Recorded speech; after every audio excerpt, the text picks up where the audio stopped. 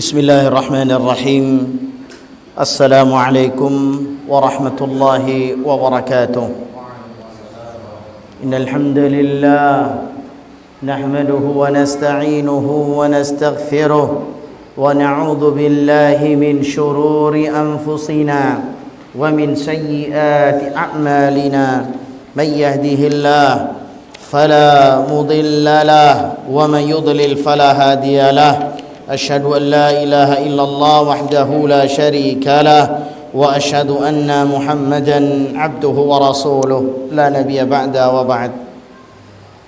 Para jamaah rahimani rahimakumullahu jami'an.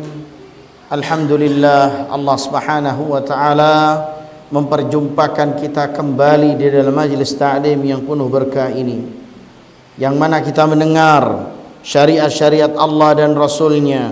Ma qala Allah wa qala Rasul, apa yang dikatakan oleh Allah dan Rasulnya melewati Al-Quran dan hadisnya. Dan yang kedua, selalu kita memohon kepada Allah supaya amalan-amalan kita yang telah lalu diterima oleh Allah. Rabbana taqabbal minna innaka antas sami'ul alim wa tub alaina innaka antat tawwabur rahim. Para jamaah rahimani rahimakumullahu jami'an,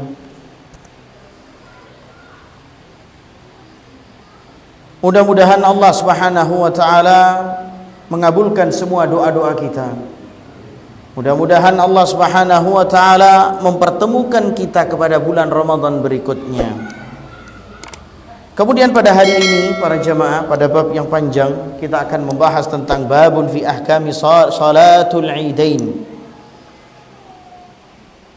Kita akan membahas tentang hukum salat idain, yaitu dua hari raya. Meskipun dua hari raya yang pertama Idul Fitri sudah berjalan, insyaallah kita bisa mempraktekkan ini pada hari raya di depannya, yaitu Idul Adha. Para jamaah yang dimuliakan oleh Allah Jalla Jalaluh, Salatul Idain itu anak-anak kira-kira bisa ndak ya dipegang gitu terus duduk di sini. Kan tujuannya anak-anak itu juga dengarkan kajian kan ya, bukan mainan ya.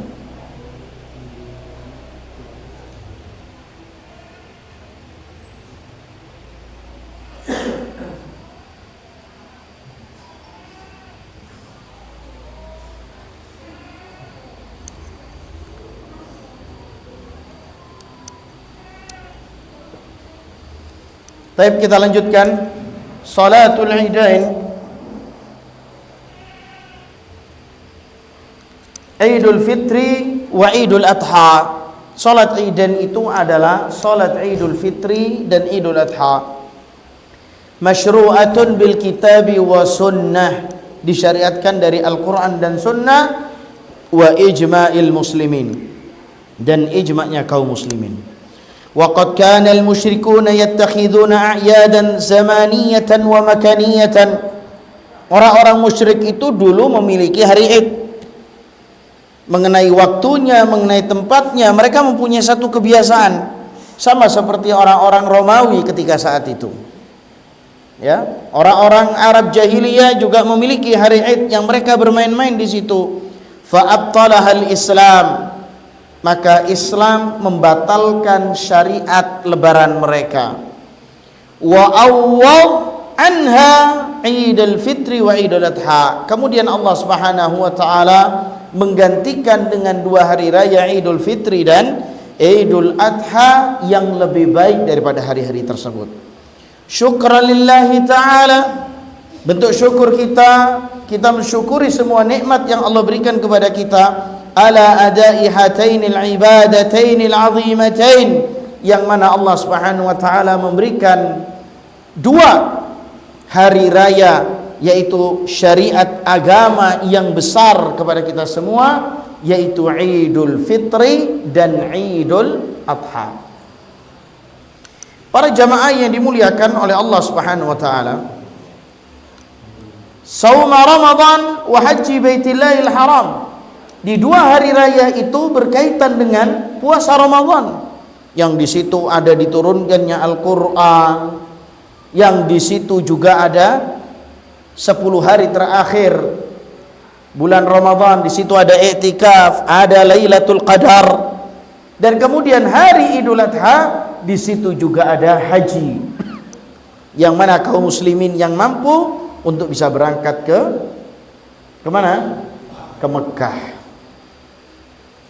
Para jamaah yang dimuliakan oleh Allah Jalla Jalaluhu, wa qad sahha 'an Nabi sallallahu alaihi wasallam, telah sahih dari Nabi sallallahu alaihi wasallam, annahu lamma qadima al-Madinah, ketika Rasulullah SAW sampai ke kota Madinah, wa kana li ahliha yawman yal'abuna fihima, orang-orang Arab kaum Ansar yaitu Aus dan Khazraj memiliki 2 hari raya, yal'abun, mereka bermain-main di situ. Qala sallallahu alaihi wasallam, Rasulullah SAW mengatakan, qad abdalakumullahu bihima khairan minhuma, Allah Subhanahu wa taala telah menggantikan kalian dengan 2 hari raya yang lebih baik dari itu, yaitu yaumin nahr wa yaumil fitr, yaitu hari an-nahar, penyembelihan, yaitu Idul Adha, dan yaumul fitr, yaitu hari berbuka. Karena iftar sebagian para ulama mengartikan itu sebagai hari berbuka. Memang orang-orang Indonesia lebih cenderung kepada pengertian suci, fitrah, suci. Memang ada 2 makna, ada fitrah, ada iftar, makan. Tapi wallahu alam, kira-kira yang betul yang mana nih, Pak? Oh, makan ya. Kemudian para jamaah yang dimuliakan oleh Allah Jalla Jalaluhu, fala tajuzu azyadatu ala hadain al-eidain bi ahdathil a'yadil ukhra ka a'yadil mawalid wa ghairiha. Jadi kita tidak boleh menambah 2 hari raya ini dengan hari-hari kelahiran antum. Ya.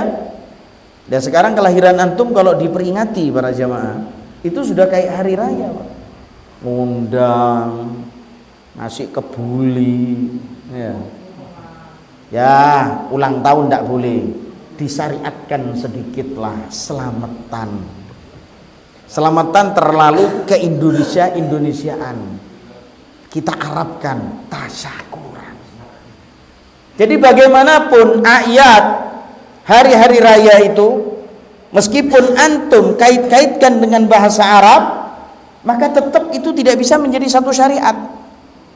Kalau dulu antum ketika ulang tahun, selamat ulang tahunnya, ini bid'ah. Coba kita ganti kata-katanya supaya islami. Barakallahu fi umrik. Ya salam.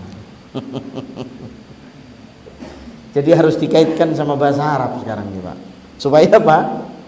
Supaya apa? Hah? Supaya diterima sama masyarakat. Kalau ulang tahun jinggebel itu, apa? Ulang tahun? Apa? Nah, ini tuyu-tuyu itu ditolak. Kenapa? Sudah kelihatan tidak islami. Ya, sudah kelihatan itu tidak islami. Gimana caranya itu supaya islami? Ya harus diarab-arabkan gitu. Kalau misalnya ngundang dangdutan kan tidak islami. Ya kan? Ngundang apa? Rebanaan supaya lebih islami. Tidak bisa para jamaah. Kalau antum kait-kaitkan dengan hal-hal yang semacam itu tidak bisa. Yang namanya syariat ya syariat. Di luar syariat silakan di luar syariat, tapi jangan sampai menggunakan syariat. Nah, kalau di luar syariat baru nanti kita akan bahas itu. Yang penting yang pertama jangan sampai itu dimasukkan ke dalam syariat. Ya, kita yakini dulu itu di luar syariat, maka baru nanti kita bahas. Kalau di luar syariat itu seperti apa pembahasannya. Jangan dimasuk-masukkan di dalam syariat supaya kaum masyarakat itu menerima. Saya punya teman orang Saudi, Pak. Saya punya teman orang Saudi. Dia datang ke Indonesia. Hampir setiap hari katanya dia lebaran. Nanti ada undangan selamatan, ada undangan selamatan. Jadi katanya dia, Iqbal, ini Indonesia ini enak ya, banyak selamatan. Ya. Makanya para jamaah yang dimuliakan oleh Allah Subhanahu wa taala, kita lanjutkan kembali, li'anna dzalika ziyadatun 'ala ma syara'ahu Allah. Itu tentu akan terjadi syariat baru. Apa katanya Imam Syafi'i? Man istahsana, barang siapa yang membaikkan satu urusan, faqad syara'a, maka dia akan menjadikan itu syariat. Kan banyak orang, loh kamu ngapain ngelakukan ini? Loh ini kan baik Ustaz. Itu lama-lama itu akan menjadi apa? Syariat. Jadi kalau antum membaik-baikkan sesuatu, maka itu akan menjadi apa? Syariat. Hati-hati. Coba kita kembali kepada zaman Nabi Nuh alaihissalam. Apakah zaman Nabi Nuh alaihissalam itu langsung jadi orang-orang musyrik ketika saat itu? Para jamaah, para ulama, antum lihat kitab Qasasul Anbiya, ya, antum lihat kitab Qasasul Anbiya. Dari zamannya Nabi Adam sampai zamannya Nabi Nuh tidak ada kesyirikan. Setelah orang-orang solehnya itu meninggal, maka iblis berubah menjadi manusia, berperawakan. Dia mulai masuk ke orang-orang di situ. Gimana kalau misalnya aku buatkan patung? Jangan kau sembah, cuma sebagai pengingat bahwasanya dia adalah orang soleh. Dibuatkan. Ketika saat itu patung itu dibuatkan di tempat-tempat apa? Tempat berkumpulnya manusia. Dibiarkan. Karena dia tahu bahwasanya patung itu adalah satu hal kesyirikan, tidak boleh disembah.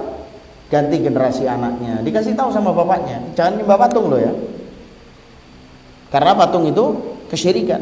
Ganti generasi cicitnya, ganti generasi cicitnya, sampai orang itu nyembah patung itu.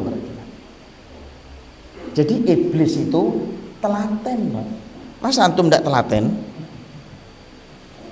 Ya kalau misalnya kita ini tidak telaten, kita ini kalah sama iblis. Dakwanya itu ratusan tahun loh iblis itu untuk menjerumuskan anak Adam. Kok malah kita berdakwah itu pasang surut, kadang datang kajian, alasan toh, yang toko masih buka, yang masih nganterkan ini, nganterkan itu. Jangan sampai kalah sama yang namanya iblis, karena iblis itu telaten dalam berdakwah. Tapi dakwanya beda sama kita. Kalau dakwanya iblis apa? Menyesatkan anak Adam. Baik. Kemudian para jamaah, wabtidaun fid din, maka ini akan menjadi hal yang baru di dalam agama ini. Kalau sudah ada orang yang membaik-baikkan satu urusan, maka dia akan menjadikan hal yang baru di dalam agama ini. Maka itu dilarang oleh Nabi Muhammad SAW. Wa mukhalifatun li sunnati sayyidil mursalin, maka dia akan menyelisihi syariat-syariat tuannya para rasul, yaitu Nabi Muhammad SAW. Wa tashabbuhu bil kafirin, dan pasti dia akan tasabbuh dengan orang-orang kafir.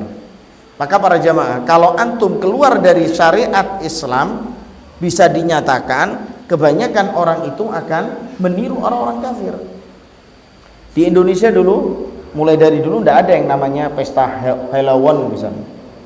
Ya sekarang mulai ada di kota-kota besar. Dulu di Indonesia tidak ada yang namanya ulang tahun. Ya, tidak ada yang namanya ulang tahun. Sekarang hampir setiap orang kepingin merayakan ulang tahun. Ya.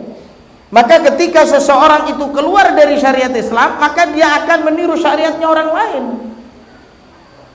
Niru syariatnya orang Yahudi, niru syariatnya orang Nasrani.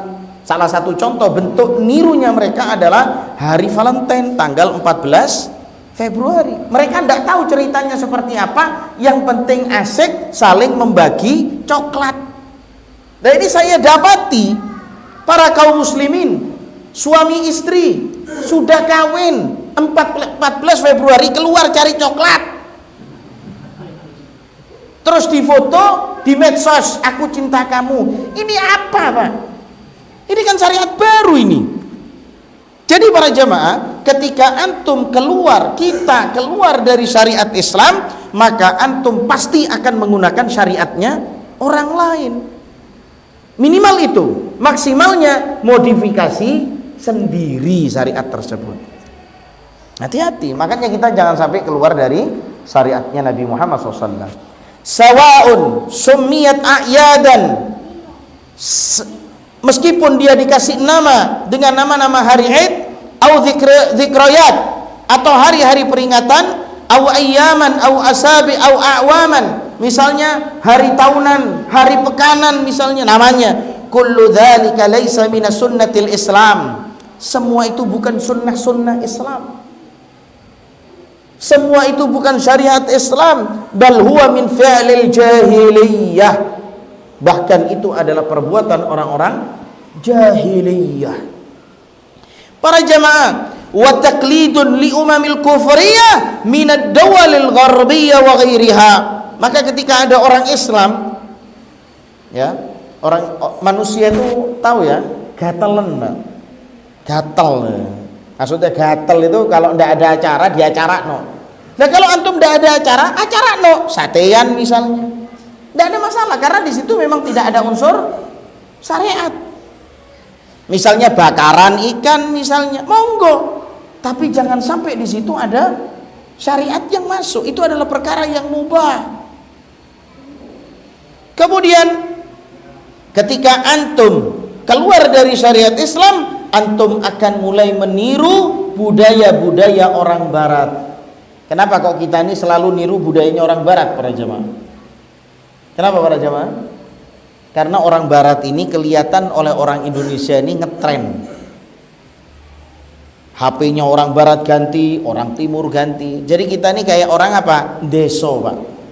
Sama seperti kayak antum misalnya ke kota besar, antum dipikir apa? Deso. Dia dan bahasanya orang-orang yang ada di kota besar itu beda sama antum. Sudah tidak menggunakan bahasa Jawa, tidak menggunakan bahasa osing. Yang digunakan itu adalah bahasa-bahasa ngetren. Mahal diganti mehong. Saya baru tahu, wallahu alam, ini katanya para jamaah ya. Antum cek, katanya mehong itu bahasanya banci gitu. Iya betul ya? Nah, lah iya, oh ini mahal mehong anu. Astagfirullahaladzim. Ya, gila. Oh ini orang gila. Sekarang ganti aja gokil gitu. Ganti-ganti semuanya supaya apa? Lebih ngetren dan tidak dikatakan sebagai orang deso. Kemudian para jamaah yang dimuliakan oleh waqad qala Rasulullah SAW. Rasulullah SAW mengatakan, man tashabbaha biqaumin fahuwa minhum. Barang siapa yang meniru suatu kelompok, maka dia termasuk dari golongan mereka. Bencinya antum nih sama Yahudi, bencinya orang Indonesia ini sama Yahudi, tapi masih banyak orang-orang Islam yang masih melaksanakan tingkah lakunya orang Yahudi, Pak. Boleh kalau demo di depan, teriak-teriak apa di depan, tapi tetap dia melaksanakan apa? Program-program Yahudi atau Nasrani. Ya, umat Islam itu tidak ada sebetulnya, demokrasi itu tidak ada sebetulnya ya. Selalu jelek-jelekkan pemerintah itu tidak ada. Umat Islam itu tidak seperti itu para jemaah. Ya. Wa qala sallallahu alaihi wasallam, Rasulullah mengatakan, inna khairal hadithi kitabullah. Paling baiknya perkataan adalah Al-Qur'an. Wa khairal hadi Muhammad, dan paling baiknya petunjuk adalah petunjuknya Muhammad. Wa syarral umuri muhdatsatuha, yang paling jelek itu adalah perkara yang baru. Wa kullu bid'atin dhalalah, dan semua hal yang baru itu adalah sesat. Agak mungkin ada yang dimatikan aja.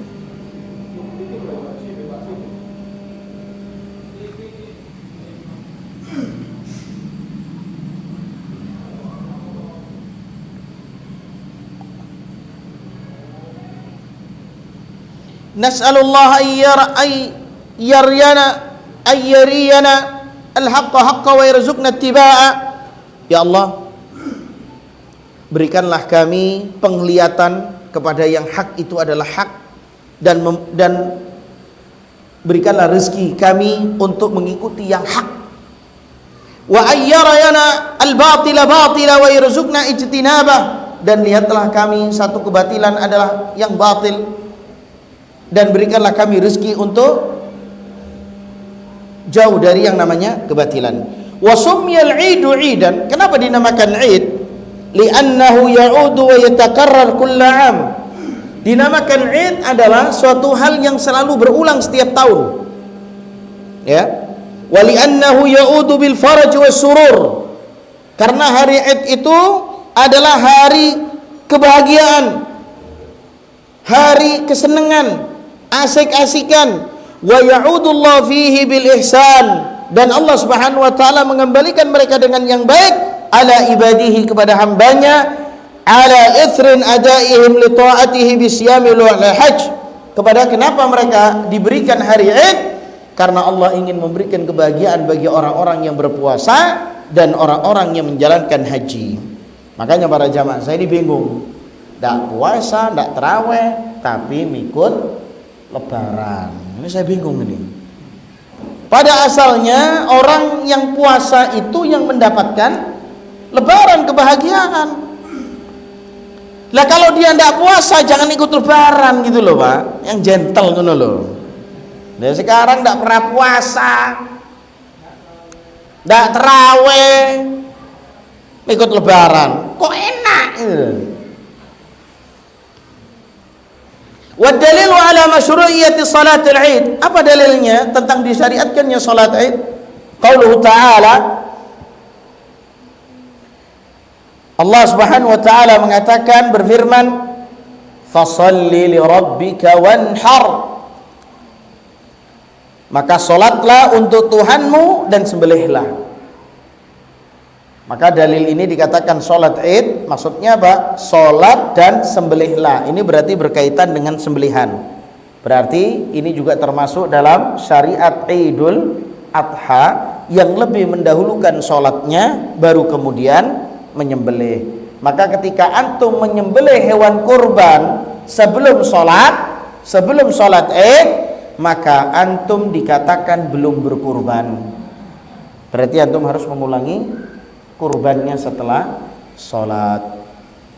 Wa qaulu ta'ala, qad aflaha man tazakka, beruntunglah orang-orang yang membersihkan diri, wa dzakara asma rabbih fa shalla, orang-orang yang mengingat Rabbnya dan salat. Dalam surat Al-A'la 14-15. Wa kana an-nabiy sallallahu alaihi wasallam, Rasulullah SAW mengatakan, wal khulafa min ba'dihi yudawimuna 'alaiha, dan para khalifah Abu Bakar, Umar, Uthman, Ali ridwanullahum alaihim ajma'in, mereka juga meneruskan lebaran ini sampai kepada kita. Ya. Waqad amara an-nabiy sallallahu alaihi wasallam biha hatta nisa.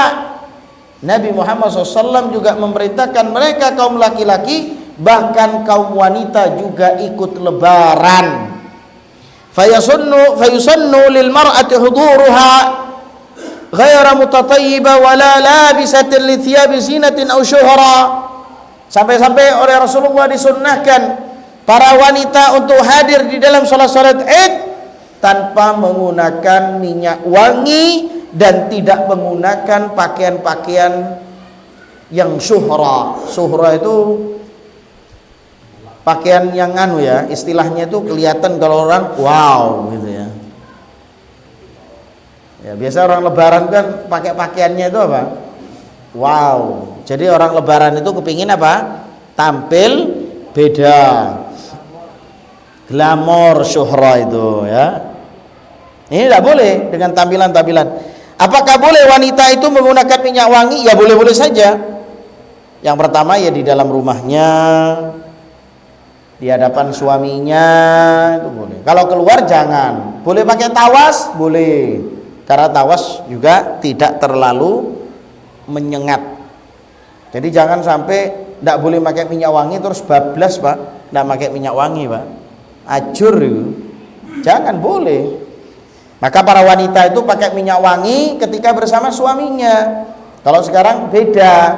Wanita-wanita itu pakai minyak wangi kalau mau keluar rumah. Lucu. Malah menghiasi pria-pria hidung belang. Di rumahnya suaminya dibiasakan istrinya pakai dasteran, kebul-kebul kena asap, bau, berambang. Jangan ibu-ibu. Kasih suami-suaminya tuh yang terbaik. Karena para suami ini adalah jannatuki wa naruki. Para suami ini adalah surgamu dan nerakamu. Bagaimana engkau mengejarnya? Ya. Makanya para jamaah yang dimuliakan oleh Allah Jalla Jalaluhu, liqaulihi alaihi salatu wassalam, Rasulullah SAW mengatakan, wal yakhrujna tafilat, ya, wa yaqtazalna rijal. Nah, wanita-wanita itu para jamaah, ketika dia keluar dari rumahnya, dia harus menghindarkan dari laki-laki dan tanpa berhias. Ya. Kalau sekarang wanita itu terbalik, keluar para berhias, di dalam rumah seadanya. Ini ya. Kemudian wa ya'tazilul huyyatul musalla, dan kemudian ketika para wanita itu keluar dari rumahnya untuk menuju lapangan dalam kondisi haid misalnya, maka dia harus lebih menyingkir sedikit.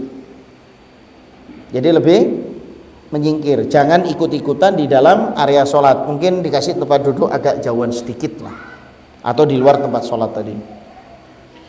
Kemudian para jamaah yang dimuliakan oleh Allah, qalat Ummu Atiyah radhiyallahu anha, Ummu Atiyah mengatakan, kunna nu'maru an nakhruja yaumal 'id, kami diperintahkan untuk keluar di hari Id, hatta takhrujal bikru min khidriha, sampai perawan-perawan pingitan itu dikeluarkan dari pingitannya, wa hatta takhrujal huyyad, dan sampai orang-orang wanita yang haid dikeluarkan juga, fayakunna khalfan nas, mereka ada di belakang manusia, fayukabbirna bitakbirihim, mereka juga ikut takbir, Allahu akbar, la ilaha illallah, Allahu akbar walillahil hamd.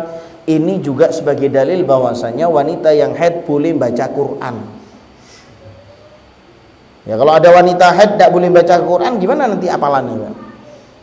Baik.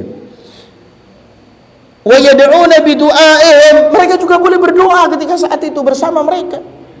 Yarjuna bi barakati dzalika yaum wa tuhratahu, maka ketika saat itu mereka berharap keberkahan hari itu dan kesucian hari itu para jemaah. Ya. Maka kondisi salat itu laki-laki ada di depan, perempuan itu ada di belakang. Berarti nanti wanita-wanita yang haid itu ada di belakangnya juga. Terus gimana kalau misalnya ada wanita sholat di samping kita, Pak? Jadi jamaahnya ada di samping laki, di sampingnya juga perempuan. Ini juga menyelisihi sebetulnya. Tapi bagaimana sholatnya? Tetap dihukumi sah. Tapi dia menyelisihi sunnah Nabi Sallallahu Alaihi Wasallam, yang mana perempuan itu harus taruh di belakang, tidak boleh di sampingnya. Kemudian para jamaah yang dimuliakan oleh Allah Jalla Jalaluhu, wal khuruj li salatil Id, dan keluar salat Id, wa ada'u salat Id, dan melaksanakan salat Id ala hadzal namatil masyhud min jami'i fihi idharu li syiaril Islam. Dengan cara demikian mereka secara serempak untuk menampakkan syiar-syiar Islam, fahiya min a'lamid din zahira, maka ini adalah simbol-simbol agama yang tampak dan mencolok. Simbol yang paling mencolok itu adalah salat Id. Sehingga supaya lebih mencolok, maka salat Id ini harus dilakukan di lapangan. Takbir, Allahu akbar. Jangan malu, Ustaz takbiran. Jangan takbir. Dari rumah menuju lapangan, dari lapangan menuju rumah. Allahu akbar. Jangan malu. Takbir yang keras. Kalau perempuan jangan keras. Ya. Kalau perempuan jangan keras-keras. Kan tidak boleh kan perempuan takbir keras-keras, ya, teriak-teriak. Perempuan itu juga tidak disyariatkan untuk menjadi muadzin, karena memang perempuan itu bukan muadzin, tidak disyariatkan. Tapi gimana perempuan-perempuan yang jadi penyanyi dangdutan para jemaah? Ya apa terus ini? Coba ya, perempuan-perempuan ketika sa'i, ketika tawaf, boleh enggak lari-lari kecil? Enggak ada syariat itu. Yang ada lari-lari kecil di antara tanda hijau itu adalah pria. Nah, terus gimana wanita-wanita yang di sini nyanyi dangdutan? Ayo, jangan dipikir dewi loh Pak. Jangan dipikir dewi lah tuh. Pikir bareng lah. Kemudian para jamaah yang dimuliakan oleh Allah Jalla Jalaluhu, wa awwalu salati sallaha an-nabi sallallahu alaihi wasallam li'id yaum al-fitr min as-sanati ats-tsaniyah min al-hijrah. Pertama kali Rasulullah salat Id adalah salat yaumul fitr, Idul Fitri, yaitu di tahun kedua dari Hijriah. Walam yazal sallallahu alaihi wasallam yuwadhib alaiha hatta faraq ad-dunya, dan Nabi Muhammad SAW tidak meninggalkan sampai dia meninggal dunia. Salawatullah wa salamuhu alaih. Maka Rasulullah SAW ini selalu terus melaksanakan yang namanya sholat id, dan tidak pernah Rasulullah tidak melaksanakan sholat id. Rasulullah tidak pernah meninggalkan sholat id kecuali ketika meninggal dunia. Jangan nanti dianggap Rasulullah nanti ketika hari id terus datang loh Pak ya. Nggak ada dalilnya itu ya. Wastamarra 'alaiha al-muslimuna khalfan 'anis salaf. Nah, ini zaman kita meneruskan apa yang telah dibawa oleh orang-orang salaf terdahulu. Falau tarakaha ahlul balad ma istikmali syurutihim fihim qatalahumul imam. Kalau misalnya ada satu kota yang tidak mau sholat id, maka pemerintah boleh memerangi mereka. Ini berarti pemerintah Islam, negaranya juga negara Islam ya. Jangan nanti diartikan ke Indonesia, ruwet nanti ya. Jadi negara-negara 100% Islam, ketika di situ tidak ada hari Id, maka pemerintah boleh untuk memerangi mereka. Karena hari Id ini meskipun itu sholat sunnah, tapi itu adalah simbol yang tampak di dalam syiar-syiar Islam. Li'annaha min alamid din zahira, karena ini simbol Islam yang tampak. Kal adzan, sama seperti adzan. Kalau misalnya ada satu kota yang tidak keluar suara adzan, maka sang imam, pemerintah boleh untuk memerangi kota tersebut yang ada di bawah mereka. Itu boleh. Ya. Tapi jangan antum. Ya, pemerintah, ya. Wa yanbaghi an tu'adda salatul id fi sahara qaribatin minal balad, dan menjalankan melaksanakan salat id yaitu di padang pasir atau di padang luas, qaribatin minal balad, yaitu dekat sama kampung halamannya. Lianna Nabi SAW kana yusalli idan fil musalla alladhi ala babil Madinah. Jadi Nabi Muhammad SAW itu salat id di depan gerbang pintu Madinah. Wallahu a'lam. Kalau ceritanya itu di Masjid Al-Humamah. Antum kalau umroh ya insyaallah nanti kita umroh bareng lah. Ya. Aminkan para jamaah. Loh, jangan menganggap ini mustahil loh ya. Aminkan dengan ketulusan hati kita bersama, insyaallah Allah akan kita umrohkan bareng semuanya. Sa'al miswati juga semua di sini. Jangan khawatir. Nanti kajian Minggu, malam Senin libur. Loh, kemana? Umroh semuanya. Ya Allah. Insyaallah, amin rabbal alamin. Amin rabbal alamin. Rabbana taqabbal du'ana ya rabbal alamin. Kemudian para jamaah yang dimuliakan oleh Allah Jalla Jalaluhu, fa'an Abi Sa'id, dari Abi Sa'id, kana Nabi SAW yakhruju fil fitr wal adha ila al musalla. Nabi Muhammad SAW ketika hari Id, Idul Fitri dan Idul Adha, beliau keluar ke musalla. Musalla itu bukan masjid kecil loh Pak. Musalla itu adalah tempat sholat, ya, tempat yang dijadikan sholat janjian. Ini sholatnya di mana? Sini lapangan gitu loh musola. Jangan pengertian musola ini diartikan yang lain. Misalnya, Ustadz boleh ndak tahiyatul masjid di musola? Loh ya boleh. Lah kan bukan masjid ini, ini musola. Nah ini kan penamaan kan antum yang namakno. Jadi meskipun musola al miswati misalnya tidak dipakai untuk Jumatan, tetap antum disunnahkan untuk tahiyatul masjid karena semuanya namanya masjid, tidak ada namanya musola. Nah, gimana? Antum boleh enggak tahiyatul masjid di surau? Atau antum boleh enggak sholat tahiyatul masjid di langgar? Ya, lebih parah lagi itu. Apa terus bedanya langgar, surau, apalagi musola? Semua sama masjid. Yang membedakan itu adalah tempat sholat yang ada di rumahnya antum. Nah itu Ustaz, daripada jauh-jauh mending saya sholat di musola di dalam rumah. Kan juga sholat jamaah, tidak ada itu. Sholat jamaah tidak seperti itu ya. Kemudian walam yanqul muttafaqun alaih walam yanqul annahu shallaha fil masjid bi ghairi udhrin, dan tidak ada nukilan dari Nabi kita Muhammad SAW yang mengatakan bahwasanya Nabi Muhammad sholat di dalam masjid kecuali ada uzur, dan juga kecuali Masjidil Haram. Itu tidak boleh ditinggalkan Masjidil Haram ya. Kemudian para jamaah, ولأن الخروج إلى الصحراء أوقع لهيبة المسلمين والإسلام. Ketika orang-orang Islam ini keluar menuju apa? Tempat sholat tadi, ini menunjukkan wibawanya kaum muslimin. Keluar. Allahu Akbar, Allahu Akbar. Alhamdulillah. Ya ribu.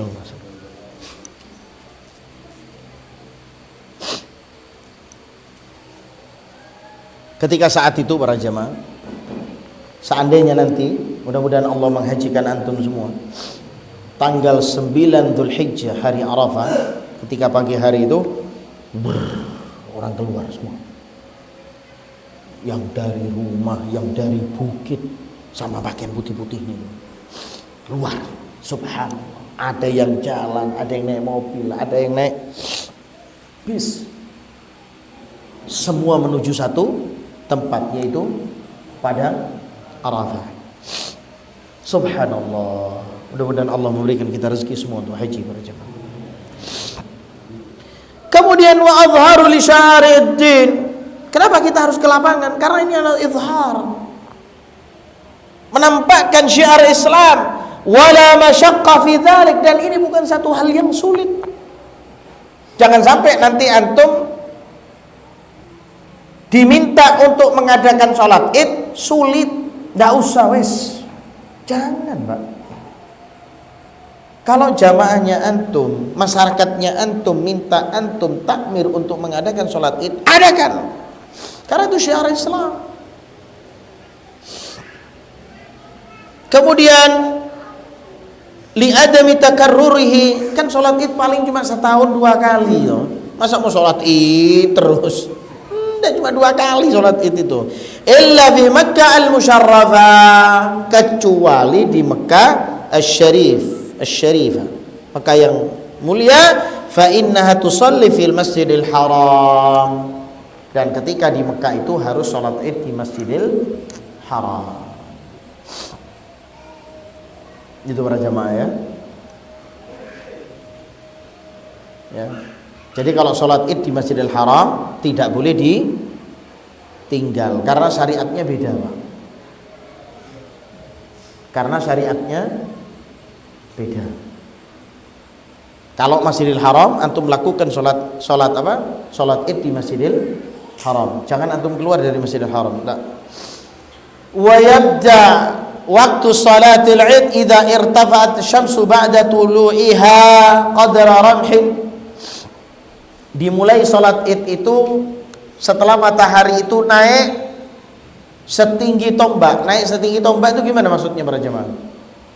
Jadi tombak itu antum gini kan, antum berdirikan, terus kemudian kena cahaya matahari dari timur, kan ada bayangannya itu. Nah, kemudian bayangannya itu tombak itu antum tidurkan. Itu kalau sama berarti matahari itu setinggi tombak. Maksudnya bayangannya gitu ya. Li'anna al-waqtu alladhi kana Nabi sallallahu alaihi wasallam yusalliha fihi, karena ini adalah waktunya Nabi Muhammad SAW salat Id. Wa yamtaddu waqtuha ila zawali syams, dan sholat id itu sampai duhur, Pak. Ya.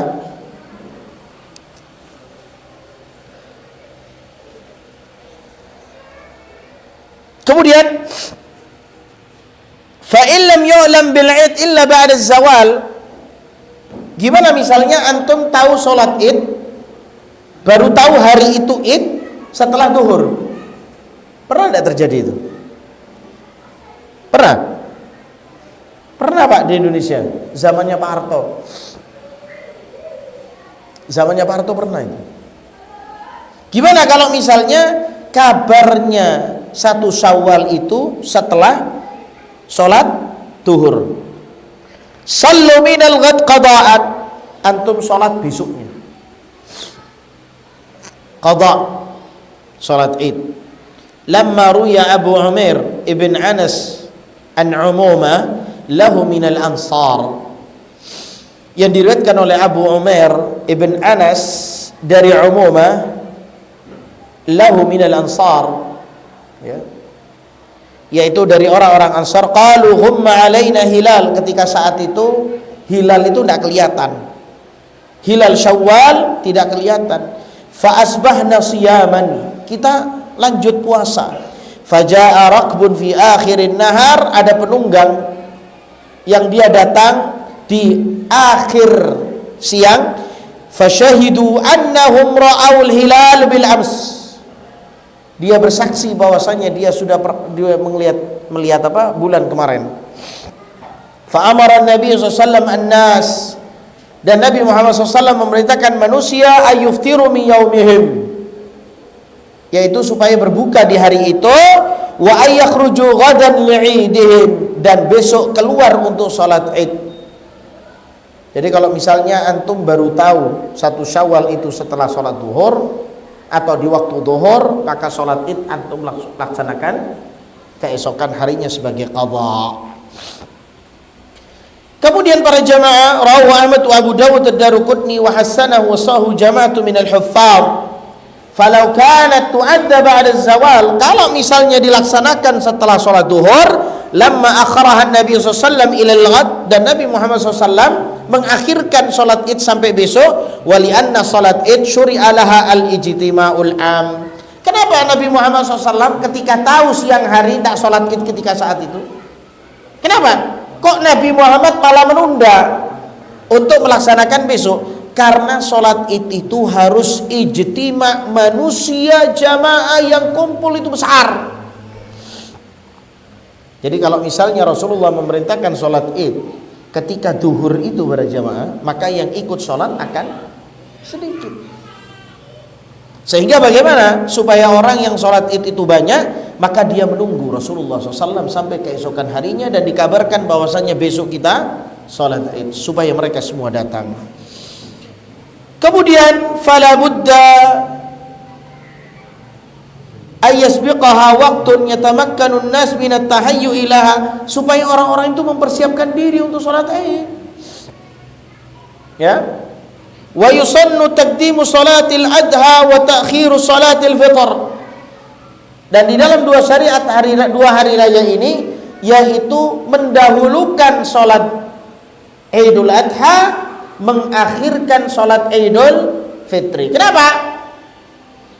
Lamma rufiya Syafi'i mursalan, yang diriwayatkan oleh Al-Imam Syafi'i secara mursal, anna Nabi SAW kataba ila Amr ibn Hazm. Rasulullah SAW menulis surat kepada Amr ibn Hazm, an ajjalil adha wa akhiril fitra wa dzakkirin nas, yaitu untuk mengawalkan salat Idul Adha dan mengakhirkan Idul Fitri salatnya, wa dzakkirin nas, supaya manusia itu punya peringatan. Kenapa para jamaah? Wal yattasi waqtu tadhiyah bi taqdimi salati fil adha. Jadi salat adha itu harus lebih cepat. Kenapa? Supaya menyembelihnya cepat gitu loh, Pak. Punya waktu yang banyak. Karena disunnahkan ketika sebelum Idul Adha, antum disunnahkan untuk tidak makan apapun. Ya. Kapan makannya? Setelah antum menyembelih hewan kurban antum makan. Itu yang disunnahkan. Itu para jamaah ya. wal yattasi'ul waqtu li ikhraj zakatil fitr qabla salatil fitr. Kenapa salat Idul Fitri itu diakhirkan salatnya, tidak buru-buru? Karena memberikan waktu untuk zakat fitrah. Ya, jadi salat Idul Adha itu lebih diawalkan karena menyembelih kurban. Salat Idul Fitri diakhirkan karena membagi zakat fitrah. Tafadhal para jamaah, ya Allah. Alhamdulillah wassalatu wassalamu ala Rasulillah wa ala alihi washabihi wa man tabi'ahum bi ihsanin ila yaumiddin wa ba'd. Wa yusannu ay yakula qabla khuruji li salatil fitri tamarat. Dan disunnahkan sebelum keluar untuk melaksanakan salat Idul Fitri makan beberapa kurma. Wa alla yat'ama yauman nahr hatta yusalliya, dan tidak makan sebelum salat Idul Adha sampai dia salat. Liqauli Buraidah, yang dikatakan Buraidah, kana Nabi SAW ya la yakhruju yaumul fitri hatta yuftir. Rasulullah SAW tidak keluar hari Idul Fitri kecuali dia sarapan. Istilahnya sarapan itu makan beberapa kurma gitu ya. Wala yat'amu yauman nahr hatta yusalliya, dan Rasulullah tidak makan sebelum salat Idul Adha sampai salat Idul Adha selesai gitu ya. Rawa Ahmad wa ghairu. Qala Syekh Taqiyuddin mengatakan lamma qaddama Allahu salatu 'ala an-nahr fi qawlihi, ketika Allah Subhanahu wa taala mendahulukan salat daripada penyembelihan, dalilnya fasholli li rabbika wanhar, salatlah kepada Tuhanmu Rabbmu dan menyembelihlah. Ini menandakan bahwasanya kita diperintahkan salat dulu baru kemudian menyembelih. Al-Kautsar 2. Wa qaddama tazakki ala salati fi qawli, dan mendahulukan zakat daripada salat Idul Fitri. Qad aflaha man tazakka, ya, orang-orang yang membersihkan, beruntunglah orang-orang yang membersihkan diri. Karena orang yang zakat fitrah itu adalah membersihkan diri dari dosa-dosa. Dosa-dosa apa para jemaah? Dosa-dosa apa? Perkataan yang jelek, ghibah, namimah, itu dosa-dosa besar. Apa dosa-dosa yang bisa dihapuskan dengan zakat Idul Fitri. Tapi kalau berkaitan dengan kezaliman, ghibah kepada orang lain, dia harus minta maaf loh ya. Kemudian para jamaah yang dimuliakan oleh Allah, wa dzakara asma rabbih fa shalla, dan ingat pada Tuhannya kemudian salat gitu ya. Al-A'la 14:15. Kanat as-sunnah anna sadaqah qabla salati fil Idul Fitr, yaitu zakat fitri itu sebelum salat.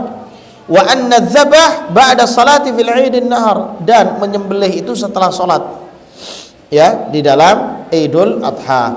Wa yusannu at-tabkir fi khuruji li salatil Id, yang disunnahkan adalah keluar awalan pagi-pagi ketika salat Id, liyatamakkan minad dunuwi minal imam, yaitu supaya dia mendekat kepada imam. Wa yahsula lahu fadilatu intidhari li salati fayakthur thawabahu, yaitu ketika menunggu salat dia akan mendapatkan pahala menunggu salat. Tapi ketika antum datang ke lapangan, jangan salat tahiyatul lapangan, karena memang tidak ada, kecuali salatnya di masjid, ada baru tahiyatul masjid. Tidak apa-apa kalau salat Idul Fitri dan Adha berada di masjid, antum sholat tahiyatul masjid, tidak apa-apa.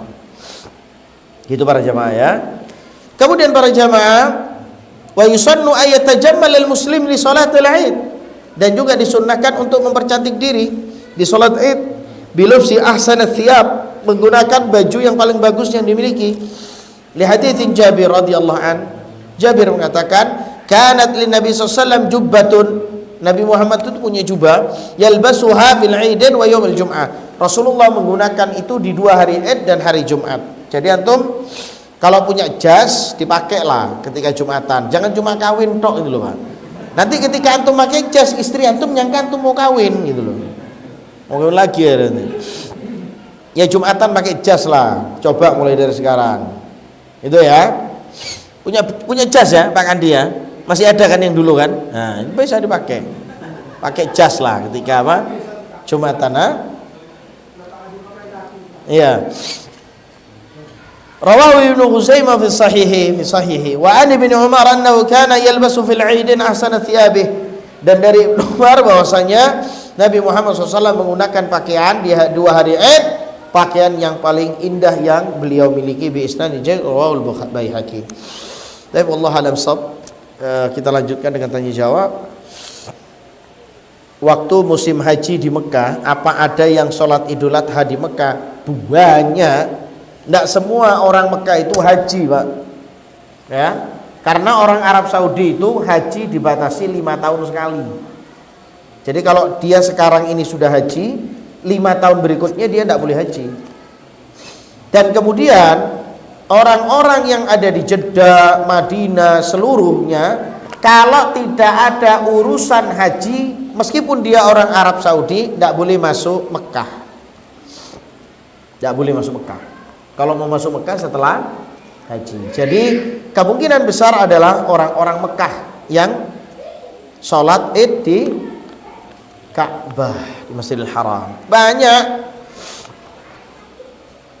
para jemaah. Ya perlulah kita ke sana ya. Ziarah-ziarah lah ke Mekah. Insyaallah ya. Tapi ada yang lain para jemaah? Fadhal. Ada yang lain? Bisakah haji mandiri? Tidak bisa. Karena kuota itu ada di pemerintah. Itu kan cuma wacana saja ya. Haji mandiri itu gimana? Bingung antum. Karena haji itu banyak banyak larangannya, banyak syariatnya. Tidak seperti umroh. Terus waktunya panjang, berapa hari? Ya, tidak bisa kayaknya. Kecuali orang Arab Saudi mungkin. Kalau orang Indonesia sulit. Kan ada yang meninggal tuh kemarin kan, haji-hajian itu kan, yang lewat padang pasir itu. Akhirnya si supir taksinya ketakutan, 2 orang ditinggal, 1 orangnya mati. Padang pasir, Pak. Ada yang lain? Ya, fadhal. Tadi saya dengar pada saat di Mekah sholatnya harus di Masjidil Haram. Iya. Untuk orang yang berhaji itu di Mina itu termasuk Mekah atau tidak? Tuh, kalau orang haji tidak disyariatkan gitu, Pak. Karena orang haji itu ketika 10 Dzulhijjah dia berangkat dari Musdalifah. Bisa jadi dia langsung ke Mekah atau dari Musdalifah itu ke Mina untuk Jamratul Aqabah. Setelah Jamratul Aqabah, dia bisa menyembelih hewan hadyunya di Mina, kemudian cukur rambut, baru kemudian dia bisa tawaf ifadah ke Mekah. Jadi jarak Musdalifah sama Mekah itu jauh, Pak. Mina ke Mekah itu 7 kilo. Saya ketika saat itu jalan kaki, Pak, 7 kilo. Antum jangan nganggep 7 kilo nih kayak sini sama mana 7 kilo. Sini Serono Muncar gitu, enak banyak pohon antum. Gak ngeluh antum. Di sana ndak ada pohon, panas pol. Kaki itu keluar asap jalan. Payung boleh kalau ada. Taksi 300 real, 5 kilo cuma 5 kilo. Jadi 2 kilo sebelum Mina itu sudah harus berhenti. Antum hitung itu, 300 real kalikan 4.300. Berapa juta itu naik taksi 5 kilo cuma.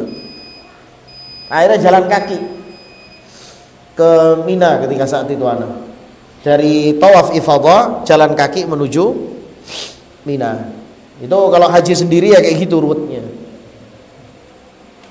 Terus tidak bisa bahasa Arab lagi, bahasa usingan di situ. Nyari masalah, ambean.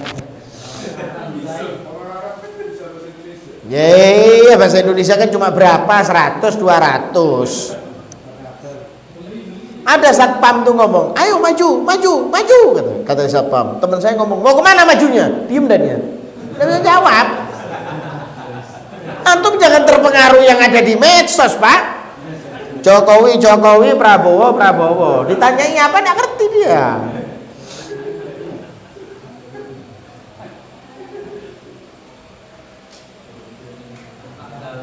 Ada yang lain? Ya, fadhal. Kalau kita ikut perusahaan, dia perusahaan itu anniversary. Apa itu anniversary itu? Oh, peringatan. Gini ya, wallah alam ya. Ada peringatan-peringatan itu yang tidak berkaitan dengan ibadah. sehingga Syekhul Islam Ibnu Taimiyah masih membolehkan. Wallahu a'lam. Ini jawabannya Syekh Khalid Al-Muslih, menantu dari Syekh Ibnu Utsaimin. Kayak misalnya hari kenegaraan itu, hari kemerdekaan itu boleh apa enggak? Sebagian para ulama membolehkan itu karena itu tidak termasuk ke dalam syariat agama, tidak masuk dalam syariat agama, dan semua orang tahu bahwasanya itu bukan hari agama, itu kan hari nasional. Ini nasional, hari kenegaraan. Di Arab Saudi juga hari kenegaraan itu juga ada, tapi di Saudi itu hari kenegaraannya adalah hari naik tahtanya Raja Abdul Aziz Al Saud. Jadi karena di Arab Saudi tidak pernah dijajah, jadi tidak ada hari kemerdekaan di Arab Saudi, adanya hari naik tahtanya Raja Al-Malik Abdul Aziz Al Saud. Wallahu a'lam shawab. Ya kalau antum berpendapat yang boleh. Kalau antum berpendapat tidak boleh, nanti ada ustadz lain di sini ngomong tidak boleh, kan saya tidak enak terus. Ya sama-sama belajar gitu loh. Maksudnya para jamaah ini dimuliakan oleh Allah, ini kan khilaf di antara para ulama. Ada sebagian para ulama yang tidak membolehkan karena itu termasuk hari Id dan yang lain apa segala macam. Tapi ada masih perlulah dibicarakan ya. Bahwasanya hari-hari itu banyak di Indonesia, hari batik, hari apa namanya? Hari Ibu, hari apa ya? Hari Raya Ketupat, hari Banyuwangi, banyak hari-hari. Nah, tapi wallahu alam para jamaah, ada memang pendapat yang mengatakan itu boleh karena memang tidak terikat dengan syariat. Dan semua tahu bahwasanya itu bukan syariat, tidak ada sholat, tidak ada zikir, tidak ada apa gitu loh. Ya jangan dimasuki ya syariat nanti gitu. Pengajian. Bilangan kalau mau seneng-seneng aja. Saya sering diundang makan-makan disuruh pengajian. Nah, anak mau seneng-seneng ngapain disuruh ngisi pengajian? Wes makan langsung. Oh no loh Pak. Jangan tiap kumpul pengajian. Wes mari pengajian aja gini. Loh ya, setuju ya Pak ya? Nanti bakar-bakaran ikan pengajian dulu. Wes ojo wes bakar ikan aja wes. Baik, ada yang lain? Fadal, Ustaz Sukir. Di Arafah itu yang sholat Id hanya orang-orang yang haji. Ya. Iya, loh kok di Arafah nih gimana maksudnya? Di Padang Arafah itu waktu Di Padang Arafah kan tanggal 9. Belum ada sholat Id di Mekah, Pak. ya sholatnya di mana? Lah, sholatnya di Masjidil Haram. Antum ini ketika haji ndak ruwet sama sholat Id loh, Pak. Ruwet kapan disusul sama bis antum? Belum tentu antum disusul sama bis itu. Bisa jadi antum jalan kaki. Makanya orang Indonesia itu banyak yang hilang, mati, ndak balik karena itu. Antum ndak usah ruwet sama urusan sholat itu, Pak, ketika haji, Pak. Yang antum pikirkan adalah manasik hajinya antum. Karena sholat itu tidak termasuk wajib, sunnah, rukun, syarat haji, ndak masuk. Jadi antum ndak perlu sholat id. Yang sholat id itu yang tidak haji, ngono loh Pak. Paham maksudnya ya? Berarti yang haji juga ikut sholat Id. Lah kalau sholat id semua ya gak cukup ikut Mekah itu 2,5 juta ya. Yang maksudnya nggak ikut sholat Id. Nggak bisa, gimana mau ikut antum kondisinya jauh. Gini Pak, sholat idnya di Banyuwangi, antum ada di sini sekitar 30 kilo, 25 lah. Antum mau menuju Banyuwangi itu nggak gampang Pak, repot loh, manusia lautan. Jangan dibalik ya. Gimana antum? Antum mau masuk pakai mobil nggak boleh. Ada bagian-bagian tempat yang memang dia apa? Nggak boleh mobil masuk. Jadi Mekah itu steril Pak. Ya. Jadi Mekah itu ketika haji memang diperuntukkan untuk jamaah haji. Orang Mekahnya ya sudah suruh sholat di tempat masing-masing. Jadi tidak ada rukun, wajib, sunnah haji itu memasukkan sholat id, tidak ada. Jadi antum jangan kepikiran sama sholat id.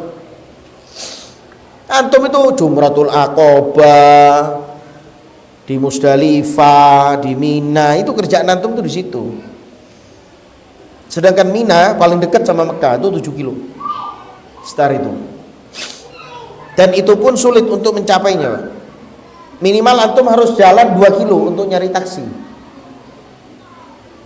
Ya nanti haji sama saya sudah, saya kasih tahu nanti antum. Daripada amin ya rabbal alamin. Ini antara adzan dan iqamah loh nih. Jangan macam-macam loh antum. Amin ya rabbal alamin. Subhanakallahumma wa bihamdika asyhadu an la ilaha illa anta astaghfiruka wa atubu ilaik. Assalamualaikum warahmatullahi wabarakatuh.